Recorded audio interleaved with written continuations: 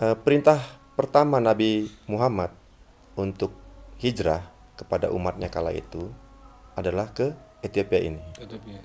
Benar ya? Karena Kenapa gua nanya Abai? Karena Abai ini sarjana Arab ya, ini sastra. sastra Arab. Kotanya tuh dikelilingi benteng. Mhm. UNESCO kan hanya mengakui itu sebagai cagar budayanya gitu, tapi klaim sebagai kota muslim keempatnya.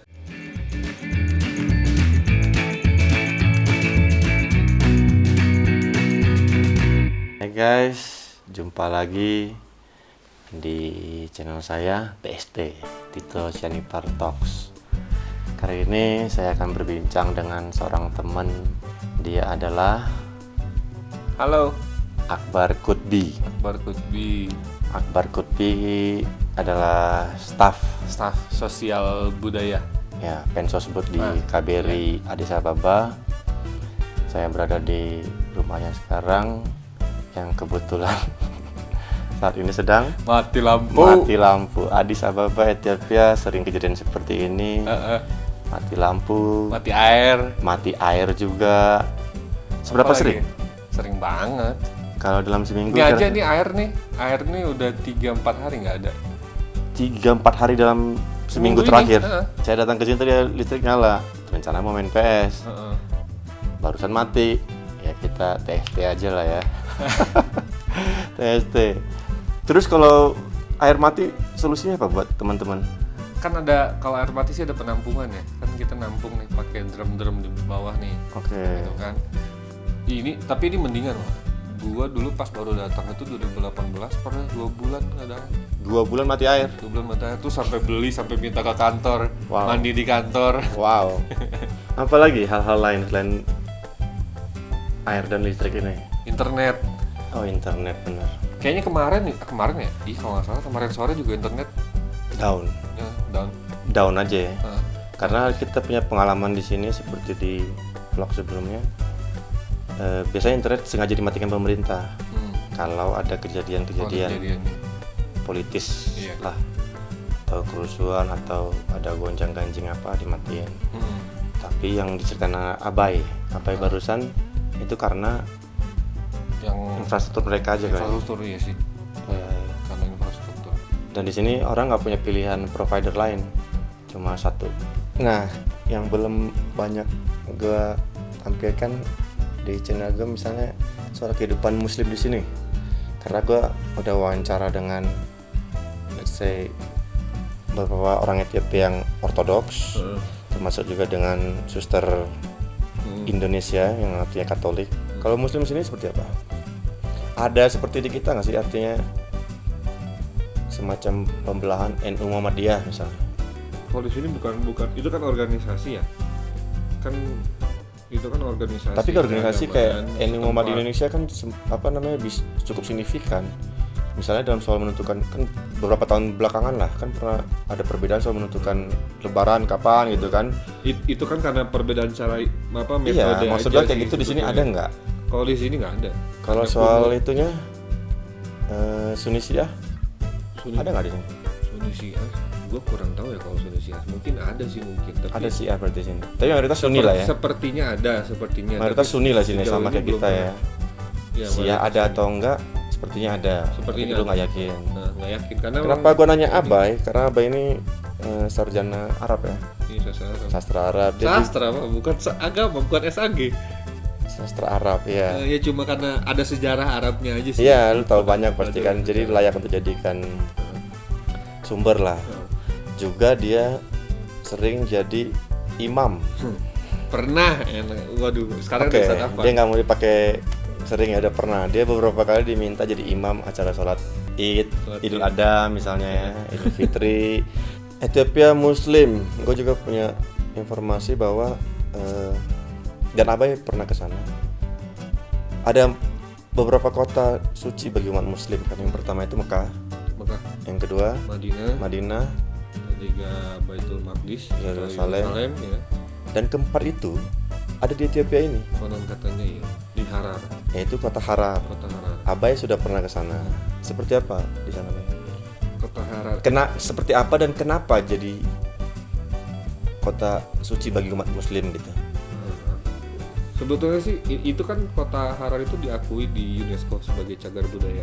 Oke. Diakui UNESCO dan di UNESCO pun dikatakan bahwasannya memang itu disebut sebagai kota muslim tersuci keempat Oleh UNESCO. di situs UNESCO. Situs UNESCO itu. Disebut ya, dikatakan gitu kan. Otomatis itu adalah sebuah klaim yang dikeluarkan. UNESCO kan hanya mengakui itu sebagai cagar budayanya gitu, tapi klaim sebagai kota muslim keempatnya ya dari sini gitu. Oke. Gitu. Tapi dari segi infrastruktur kotanya, jadi itu sebuah kota kecil. Dulunya kerajaan Islam di situ.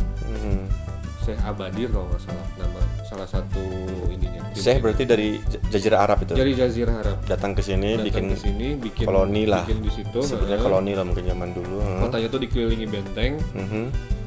Ada 5 pintu utama. Di sekeliling pagarnya. Sekeliling pagar itu. Sampai sekarang pagarnya masih ada. Sampai sekarang rumah-rumah aslinya masih ada. Dan ada sekitar 86 masjid di dalam lingkungan itu. Berapa square tuh kira-kira? Nah, gede ya itu. Kalau jalan kaki nih, kalau jalan kaki dari utara ke selatan itu paling setengah jam. Setengah jam nggak? Orang nggak tahu setengah jam, lu jalan cepat jalan lambat. Berapa panjang? 1 km, 2 km sisi itu? Itu agak jauh sih kayaknya. Dia buta ukuran. Dia nggak bisa membayangkan. Iya kan jalannya bolak-balik kan. Tapi enggak lah, itu paling sekitar 5 kilo juga nggak nyampe. Terus apa yang ditemuin di sana yang menarik? Yang menarik yaitu bentengnya masih terjaga. Terus ada benteng? Bentengnya masih ada. Benteng maksud lu pagar tadi ini kan? Pagar kampung ini kan? Pagar itu kan benteng. kolon. Iya, itu sebutnya benteng. Memang iya. Benteng karena dibayangin gue benteng itu kayak benteng-benteng Eropa, tinggi menjulang, ada tempat untuk nembak, ada jendela-jendela kecil untuk ngeluarin panas, senjata. Mungkin pada masanya sih ada ya. Kalau kemarin sih tinggi nggak? Dilihat udah sekitar 3 meteran. Tembok kota itu. Tembok kota. Kota tuanya lah ya, kota tua Harar ini. 3 meter lumayan. 3 meter. Dilihat dari yang masih ada ya, karena beberapa sisi itu udah kepotong pasar dan sebagainya. Tapi pintu gerbang masuknya masih ada. Terus di selain pintu masuk utama untuk orang masuk, itu ada pintu-pintu sekitar tingginya mungkin sekitar setengah meter. Itu untuk hyena keluar masuk hyena. Hyena? Ya. Hyena liar berarti? Hyena liar. Emang hyena ada yang dipelihara? Kalau di sana liar tapi jinak untuk orang setempat. Ya, jadi kalau berkunjung ke Harar ini, selain budaya muslimnya itu, ada atraksi, lu ngasih makan hyena malam-malam. Akan diajak sama tour guide-nya, mereka akan manggil hyena, lu nyuap langsung. Lu melakukan itu juga ya? Pernah ya. Melakukan itu juga? Pernah. Jadi konon katanya si hyena itu hanya jinak ke orang setempat. Hah? Jadi dia nggak pernah nyerang orang setempat.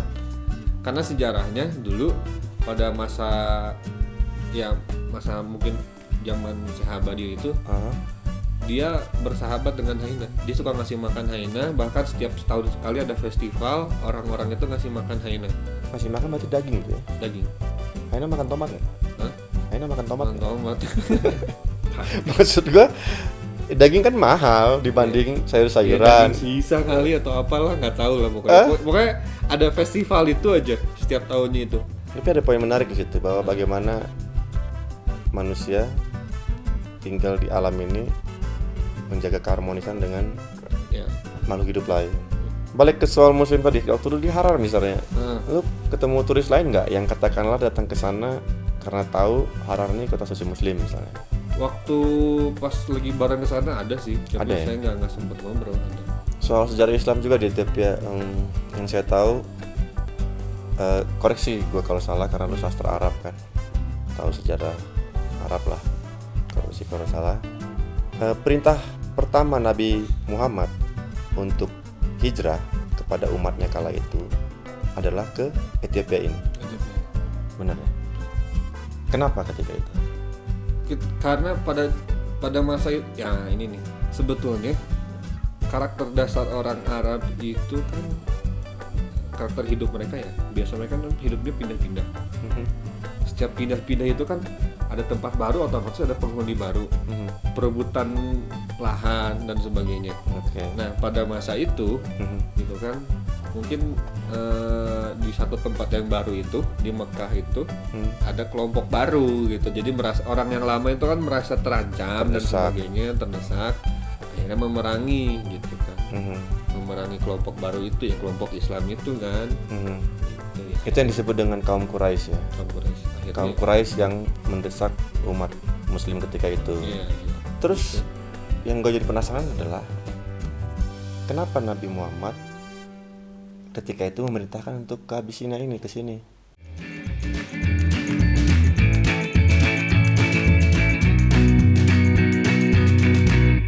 Kaum Quraisy ini memburu mereka. Apa alasannya kira-kira waktu masih bila-bilan dari Arab ke sini untuk memburu itu? Nabi Salomo di kita.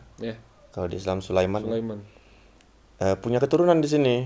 Ada kaum-kaum Rastafari ini yang ke sini untuk ibadah. Dia adalah raja pertama yang menghargai hak-hak binatang. Hak asasi binatang. Betul. Jadi dia ngeluarin titah ketika itu, dilarang menyiksa binatang. Kalau anak-anak Rasta, kalau haji itu kan ke Addis Ababa. Bagaimana Israel terlibat dalam let's say operasi intelijen